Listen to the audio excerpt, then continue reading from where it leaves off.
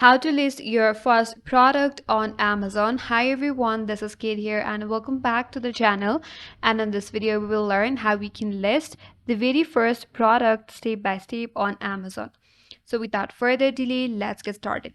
Step number 1, head over to sellercentral.amazon.com. Open up a browser, then head over to sellercentral.amazon.com. So once you head over to this interface, here you have to log in into your seller account. So head over to login button, then you have to log in into your seller account. Once you're signed in, from your dashboard, head over to inventory.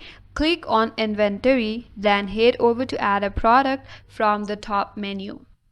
Then step number 3, you have to create your new listing. There, now you have to choose I'm adding a product not sold on Amazon to create your own listing. After that, step number 4 is to fill your product details. So enter your product name, your brand, category, UPC and other details like condition and price. Then you have to choose your fulfillment. You could pick how you will ship. You could either head over with FBA if you want Amazon to handle delivery, or FBM if you want to ship yourself. Then you have to upload a clear photos and description of the product, completing its title, bullet points and full description.